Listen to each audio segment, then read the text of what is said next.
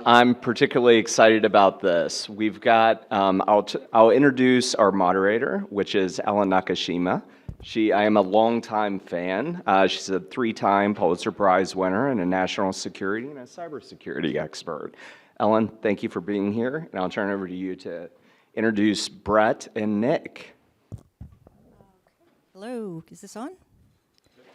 Yeah, hi. Thanks everyone for being here for this session on cyber response and interagency coordination. And we're very fortunate to have two leaders of the frontline agencies here with us today to pull back the curtain a little on the process. We've got Brett Leatherman, is Assistant Director of the Cyber Division. Brett, please come up in here and join us. And thank you. And Nick Andersen, who's the Acting Executive Director of CISA. Thank you, Brett. Okay.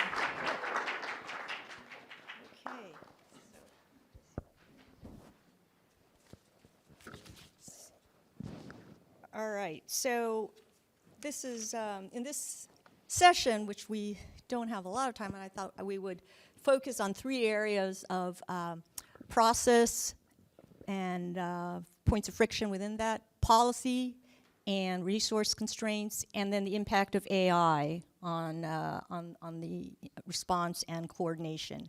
So with that, we'll just dive right in. I always like to use a real-life incident, a case study, as the lens through which to discuss policy issues, because I think it makes it more relevant or understandable to the lay public and to people like me, the journalists. So let's take, it's been called the worst telecom hack in our history, right? Everyone knows Salt Typhoon, where Chinese state-sponsored hackers got into more than half a dozen of the nation's major telecoms and pre-positioned there. In fact, I think they're still there, and they were discovered in late 2024. And I think we're still feeling repercussions of that intrusion today. So Brett and Nick, can you just start by telling us, and maybe Brett, you might be the one to do this, how did that incident first surface within the federal government? I understand it took a while to even get your arms around the full scope of the impact. Maybe you're still doing that today. So who ran point on that, and who did what? And how closely did you coordinate? Yeah, so we're still in a unified coordination group, a UCG. So that is, pursuant to PPD 41, Presidential Policy Directive 41, the FBI is a lead for cyber threat response for the United States government, and CISA is the lead for asset response for the U.S. government, and then OD&I leads intelligence response for the USG. So the 3 agencies. I didn't even know that the UCG still existed. So, Yeah. What's the threshold for standing up? When do you know that we need to stand up a UCG? Yeah, so in that case, it was conversations with the National Security Council and the 3 agencies, as well as our IC partners, to determine is a UCG warranted? Is it a crisis? Is this a significant event that warrants, increased engagement at the senior levels of the organizations? Without a doubt, Salt Typhoon, the compromise to the telecommunications providers, was, in my view, the most consequential cyber espionage campaign the United States has faced to date, directed at the telecommunications providers to collect U.S. person communications. So it was mid-2024 when FBI was tipped by Microsoft to activity that they saw emanating out of the PRC. At that time, nobody had any idea it was targeting the U.S. telecommunications providers. The FBI leveraged our law enforcement authorities to go up on providers outside the United States to collect evidence related to that cyber activity. It was during our analysis of that evidence with CISA that we identified targeting of telecommunications providers here in the United States. We immediately went to those providers, provided them indicators of compromise and other IOCs and TTPs, and asked them to start to hunt in their network to understand what they saw. They saw a lot at that point. This was summer-ish? This was summer moving into fall of 24. They saw a lot. They tipped us to that. And at that point, we were able to kind of leverage the interagency to really get a good sight picture on what was happening. You know, all told, we had at least 10 total telecommunication provider victims here in the U.S., but more importantly, we notified 80 other countries of this activity. And so it's demonstrative of the work that happens when industry shares threat intelligence with the U.S. government, and when we leverage our authorities to go upstream, what we can identify. We were the first ones here in the United States to identify that targeting of telecommunications providers. And so when it came to coordinating with the telecoms, my understanding is the White House was engaging, CISA, the Sector Coordinating Agency, was engaging, obviously the Bureau was engaging, and NSA, because of its historical relationships with the telcos, was also engaging. How many points of contact would you say within the federal government the telecoms had? And what, if anything, was the government doing behind the scenes to ease the burden on the companies to have to deal with so many different agencies? Yeah, the good news is we often work in a team model across CISA, FBI, NSA, and so we don't want to overburden victims who are currently in the fight against bad actors, but we want to provide them assistance. So in that case, we deployed the FBI Cyber Action Team. It's our Tier 1 law enforcement cyber incident response team to several of the telcos. CISA launched their hunt efforts to other telcos. And as part of that UCG, we shared information each team was learning with each other to kind of build the USG sight picture on what this looked like. At the same time as we learned information from our international partners or from our collection, either in the intelligence community or law enforcement, we shared that with victims to help them better contain the actors as well. And Nick, how is CISA dealing with the telcos today? Do you feel like you have that situation under control, or are we still dealing with the Chinese hackers in the telcos? I think we're still dealing with many of the effects. And like Brett mentioned, the UCG is still ongoing, but we do a tremendous amount of coordination. I think it's almost dual track coordination when we start to see things like this. There's the direct telcos that we're going to be operating with and sharing some very tailored information about, like Brett mentioned, specific threat intelligence about what's happening on their infrastructure and what's happening within their networks, and some specific action that may be recommended for them to take. But there's also the broader industry coordination that happens. So CISA runs the comms ISAC as an example. So that is one element of our coordination with industry. We are the sector risk management agency for telecommunications as well. So we've got sector coordinating council entities that can stand up and have those conversations as well. And we've got the opportunity to be able to partner with FBI, with ODNI, with NSA, with all of our other partners in this space, with Cyber Command, to be able to share classified information as necessary as well, to be able to get things down to the appropriate tear line, to be able to share information with these entities. And we have a tremendous amount of CERT-to-CERT relationships internationally as well, where entities like our JCDC team, our Joint Cyber Defense Collaborative team, will maintain those relationships, as well as our threat hunt teams and our vulnerability management teams and so forth and so on, to be able to have those direct technical to technical conversations as well about what they're seeing, and ultimately getting to the place where we have a shared sight picture about what's going on within the operational environment, and then how are we leading to things like the joint cybersecurity advisories that will take the lead as a unified USG team and putting together and bringing these international partners in as well. Are these Chinese hackers, sometimes they're contractors, are they still inside the telecoms? So we work with the telecoms to determine that. So they hire their incident response teams to look through their network and continue to hunt.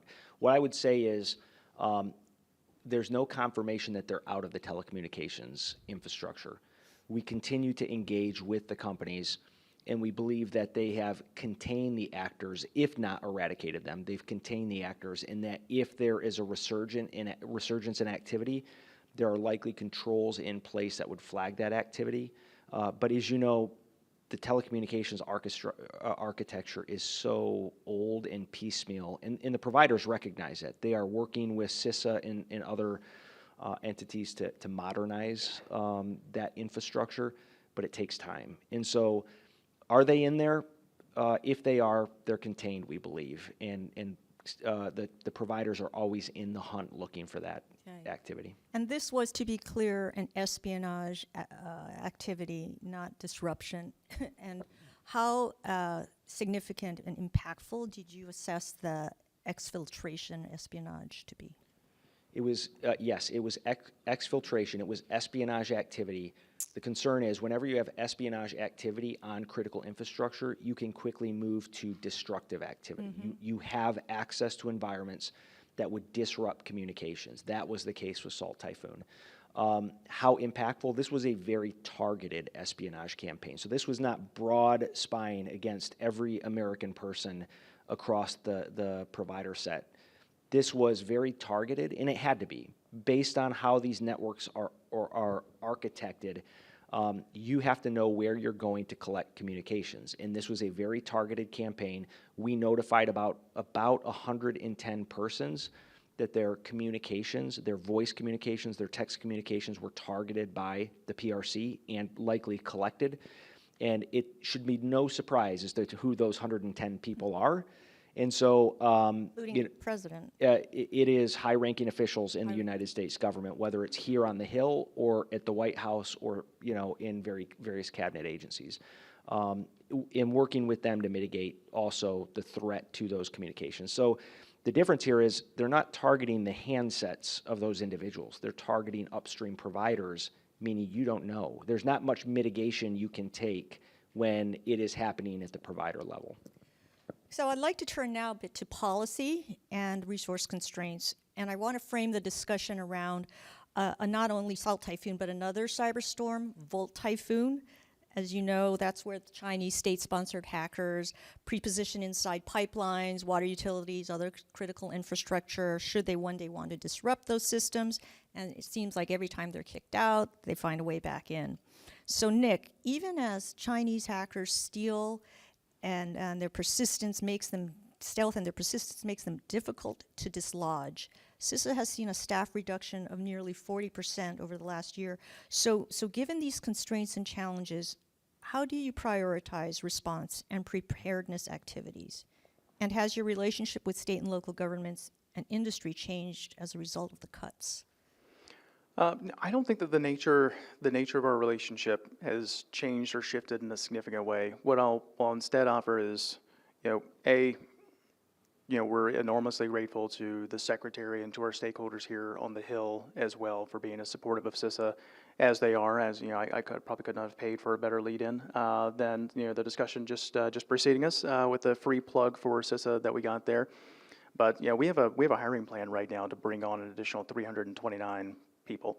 And our goal is to have 180 tentative job offers out by the end of this month. So we are moving apace to be able to fill these critical roles that we have within our coordination mechanisms, whether it's within our cybersecurity division and their mission, infrastructure security, emergency communications, our field personnel out there across all of our regions, our mission enabling staff, across the board. We've got different resources that we want to be able to bring to bear in that way.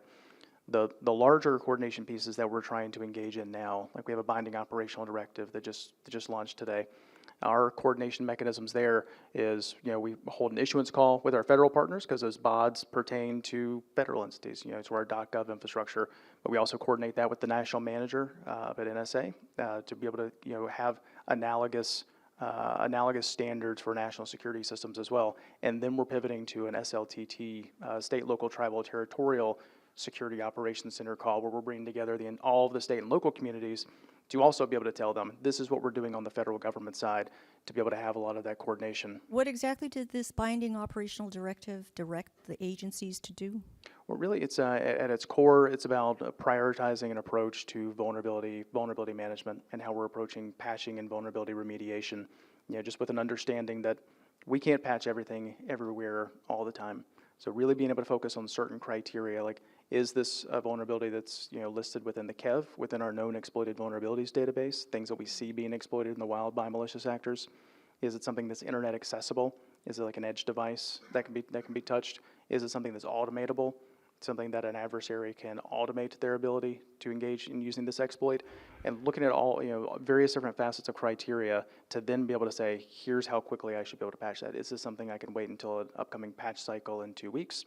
Is this something that I need to address in 3 days or less, and potentially have some mandatory hunt activity afterwards, just because of how quickly we see these windows shortening of CVEs or known vulnerabilities that are being released, and potentially patches that are being released by vendors, and the reverse engineering that we're seeing really shortening that window to weaponization and exploitation by these malicious actors. Right, So that's, especially with AI. We'll get this- yeah, yeah, absolutely. Yeah, it's just, but I think more persistently, we need to have a recognition that there is not going to be a left of boom, right of boom for us anymore. That is just no longer a construct that's going to work. We're going to be a persistent level of engagement within cyberspace where critical infrastructure owner operators are really just operating all of the time on the front lines of a war that is not going to be declared. We're going to persistently see malicious actors probing, testing, and trying to pre-position themselves within critical infrastructure. That's why some of our new initiatives like CI Fortify and others really try to get around the larger resilience question of how do we, in a persistent state of conflict within cyberspace, deliver those essential services on our worst day so that citizens are not negatively impacted, or we limit the disruptions and the impact to them. And the question is, can you deliver those services on the worst day when you have a reduction in staff? I know you're hiring, 180 more, but is that going to be enough? No, I think even Secretary Mullen, when he was up here on the Hill, I believe last week, mentioned that there's a greater need beyond that. This is just the speed at which we're able to get people through the door. We've got security clearances they have to get, and drug testing they have to do, and all the other fun things to get in the door as a federal employee. But even if we had 10,000 additional people, if I had an appropriator up here who said, "Congrats, I want to build up CISA to be 100,000 people deep." I probably need some FBI growth as well to be able to help support us as a partner in that space. But we're always going to have things we're just not going to be able to respond to. So at the end of the day, ruthlessly prioritizing the types of work and the types of engagements that we have is going to have to drive all of this.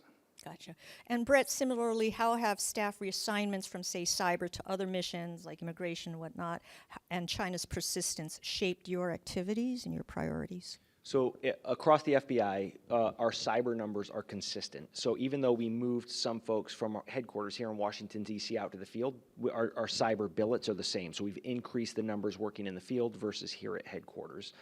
And none of them have been redirected to other missions. Well, I don't know if you can say none of them. Like, I'm sure as some folks moved out to the field, they went to different mission sets. But if you look at a billet for billet count in the cyber program, both national security and criminal, it's consistent. We've lost no bodies there. Okay. So we are moving full steam ahead as far as counter cyber. In fact, yesterday we announced Operation Riptide. I'd encourage everybody to take a look at FBI socials. Operation Riptide is meant to counter all malicious cyber activity pursuant to Executive Order 14390, as well as the President's Cyber Strategy for America. So we released that yesterday. We made some announcements on counter cyber activity. Over the next 60 days, all 56 field offices and our headquarters teams are working with all partners to increase scale and scope of disruption operations, arrests, extraditions, indictments, but also joint sequenced operations where we can't get the actors here in country. We can go after their infrastructure, their money, the tools that they use to target the United States and impact them that way. Going back to kind of your original point around Volt Typhoon, that was a shift in PRC targeting. Historically, over the last decade, the PRC has been very interested in intellectual property theft, in competing with, it's a national security issue, it's significant. They compete with us in global markets by stealing our innovation. That is really significant. But Volt Typhoon, Flax Typhoon, Salt Typhoon, that's a shift in PRC targeting where they're starting to more acutely think about 2027 or the Taiwan contingency and the ability to project force in the Indo-Pacific. And we said early on that with Volt Typhoon and prepping the battlefield on U.S. critical infrastructure, they would have had an impact on the United States' ability to project force in the Indo-Pacific, naval operations ability to communicate with ships that would have responded to PRC aggression. We know that at New Year's Day, Xi Jinping said to the Chinese Communist Party, reunification is inevitable. And we know that whether it's 27, 28, 29, or 30, they're looking at reunification. Our job is to shift the risk calculus for the Chinese Communist Party.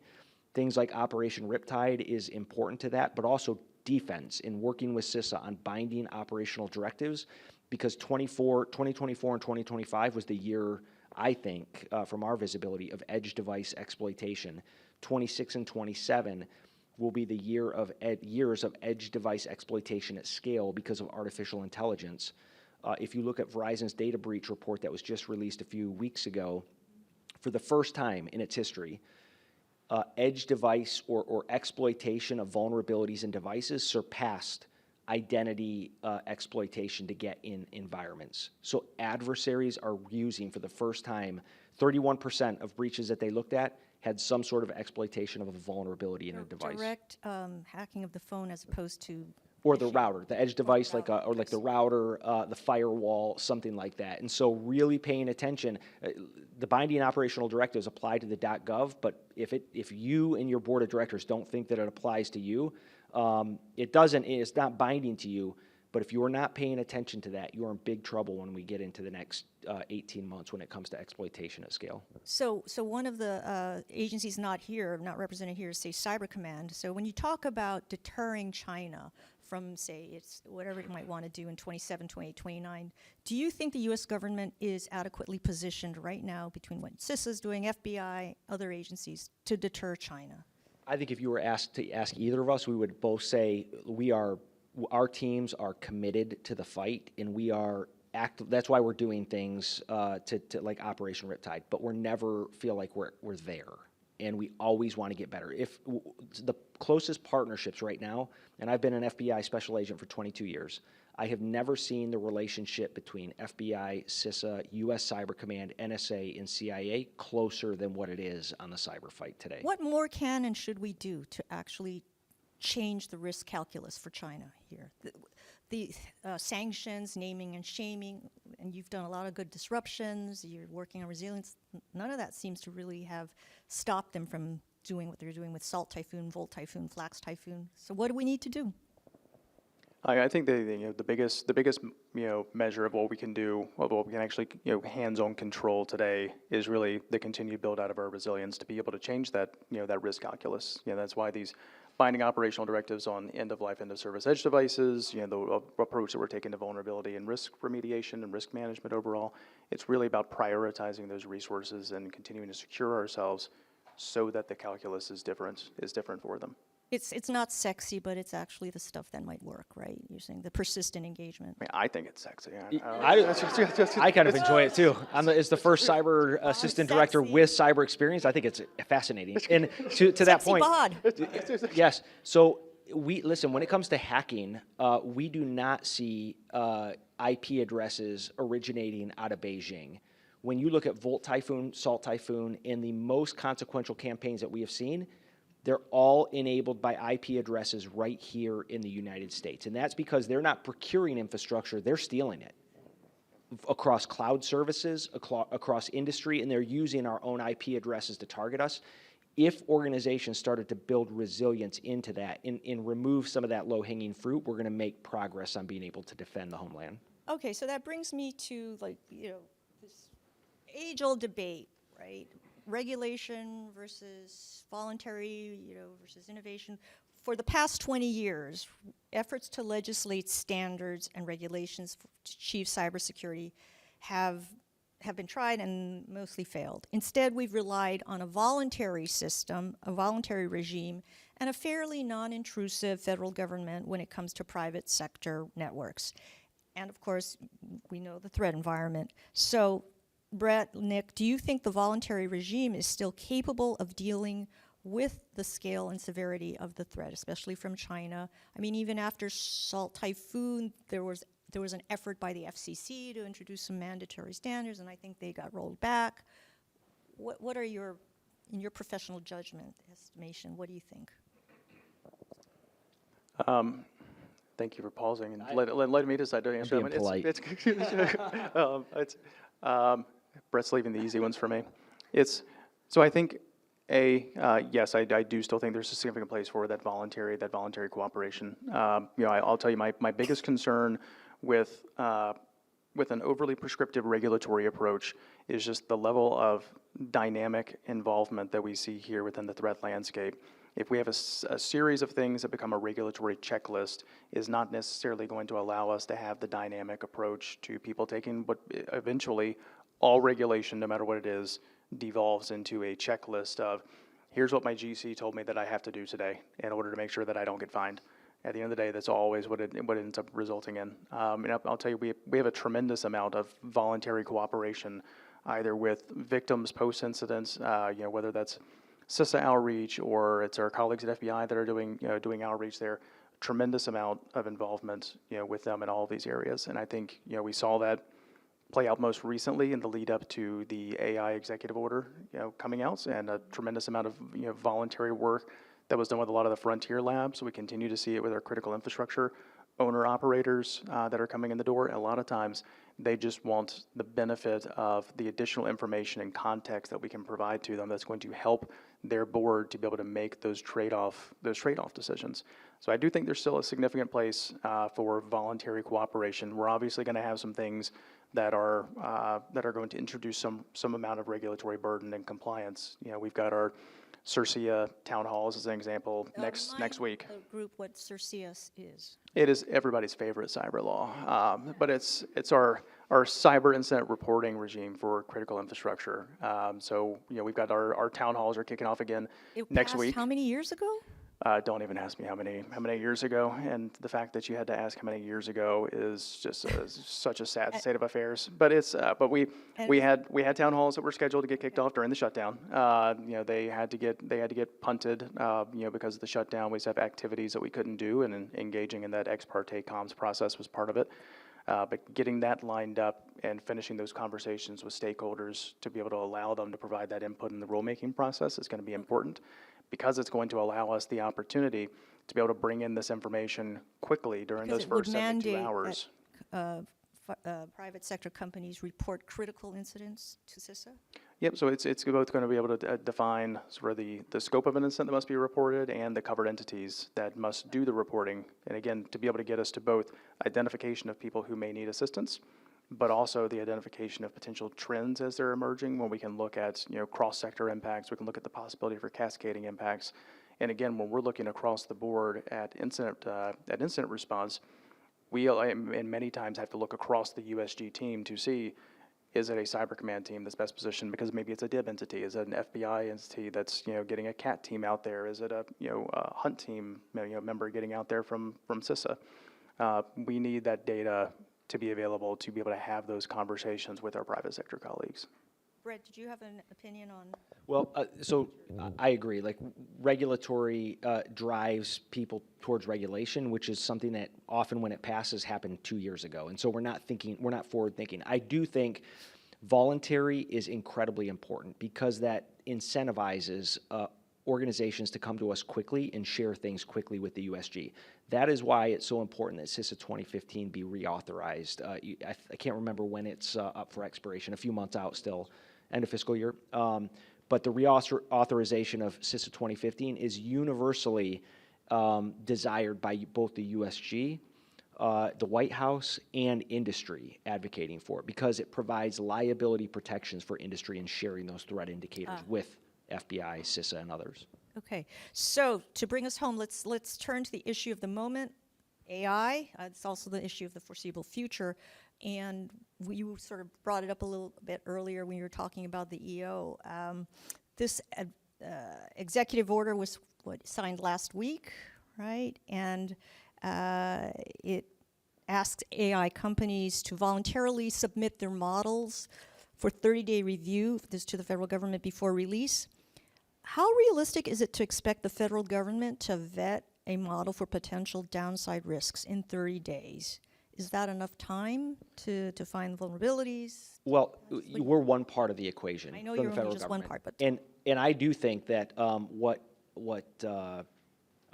Claude and Anthropic did with Mythos was incredibly responsible. They brought in, as part of Glasswing, Palo, Microsoft, a bunch of companies who could help that vetting.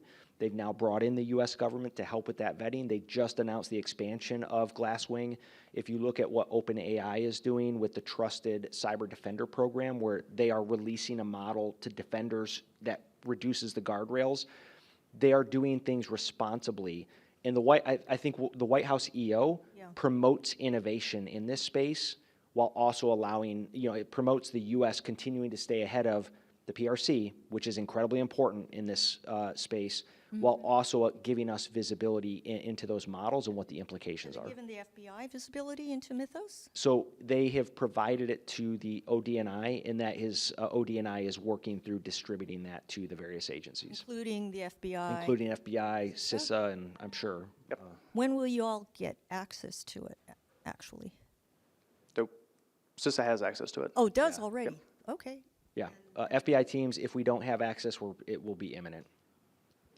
I'm told there's a little bit of a hang-up, but that's on our end, I think. And then the question is, what are you doing with it? So, for instance, how is CISA leveraging its access to Mythos to better help critical infrastructure sector and federal agencies themselves?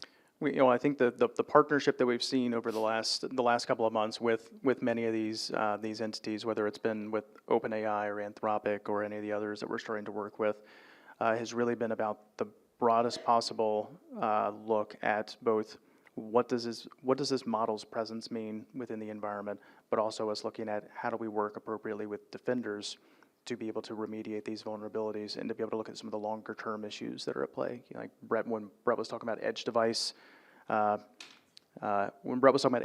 risk and some of that led to sort of our BOD on end of service devices.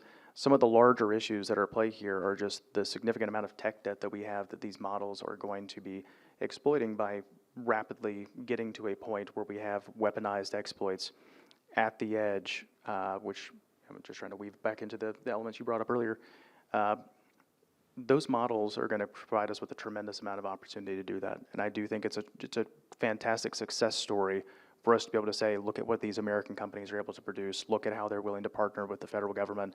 And I think that lead time that we're going to continue to build in, I think the requirements for it and the amount of lead time that's going to be necessary are going to continue to shrink and reduce as both U.S. government and industry partners just become more and more adept at using these new models As for a will new the tool set. Adversaries. Yeah, absolutely. I mean, there'll definitely be a point in a couple of months where we're going to look at all the sort of the confusion of us trying to work these issues out as kind of a honeymoon period. Well, thank gosh, think back to the good old days before we had significant state-sponsored malicious cyber actors that had access to similar capabilities, and that's really what we have to be able to we have to ready ourselves for. And Brett, how would you anticipate being able to use something like Mythos to advance your investigations? I mean, you collect terabytes and terabytes of data. I would imagine AI can help you better mine it and maybe think about your disruption operations, making them faster, more efficient, scale them. Are there novel uses where you think it could help disrupt cyber operations against the US? I'll give you very quickly several use cases. Number one is we are authorized to conduct offensive operations, both national security and criminal offensive operations. So we are authorized by the U.S. government to conduct our disruption operations on adversary infrastructure. And so scaling that activity like the actors are doing is incredibly important, especially with a tech talent deficit that we're all facing. Being able to leverage AI agents to conduct infrastructure enumeration, other things like that is incredibly important. Going through the vast amounts of data that we collect pursuant to FISA search and seizure warrants and finding information to prioritize quickly. We always want a human in the middle because that is court-related information, but it will help us get to threats quicker than what we're able to do right now. In incident response, it's incredibly important because our CAT teams go in, they have tools, they look across a victim's network to understand where the actors are at. If they can use these tools from an adversary perspective to see where the actors may have gone or see deviations in behavior, then they can help victims get on point quickly towards containment and eradication. So we're analyzing a lot of ways that we can leverage AI to help our work. Great. And final question then, do you think AI and something like Mythos overall in the balance gives the overall advantage to the offense or the defense? Right now, it's advantage. We're trying to make it advantage defense. AI in general right now, in my view, is advantage offense because they're adopting it quicker. We're doing a pretty good job at catching up, but we still have critical infrastructure and others who have to adopt artificial intelligence. And I think the actors are not doing ethics review committees and stuff like that to adopt it from an offensive standpoint. We have to introduce it responsibly, but we also have to move quickly to start adopting it around the most critical technologies and people with access to those technologies that we have in place. Yep, I think right now, concur with Brett. It's advantage offense right now. Isn't that good for the U.S. and Cyber Command then? Oh, I'm not going to stray into that at all. That's way outside of my job, Jar. But yes, I have to imagine it'd be a very exciting time to be a worker up at Fort Meade right now. But ultimately shifting that calculus, building these skills. To Brett's point, our adversaries aren't governing things in the same way. They aren't looking at what's the most responsible use of this. Are we going to collaborate with our companies in this way? Are we going to contain the potential threat in this way? It's going to be an overall cultural shift for us.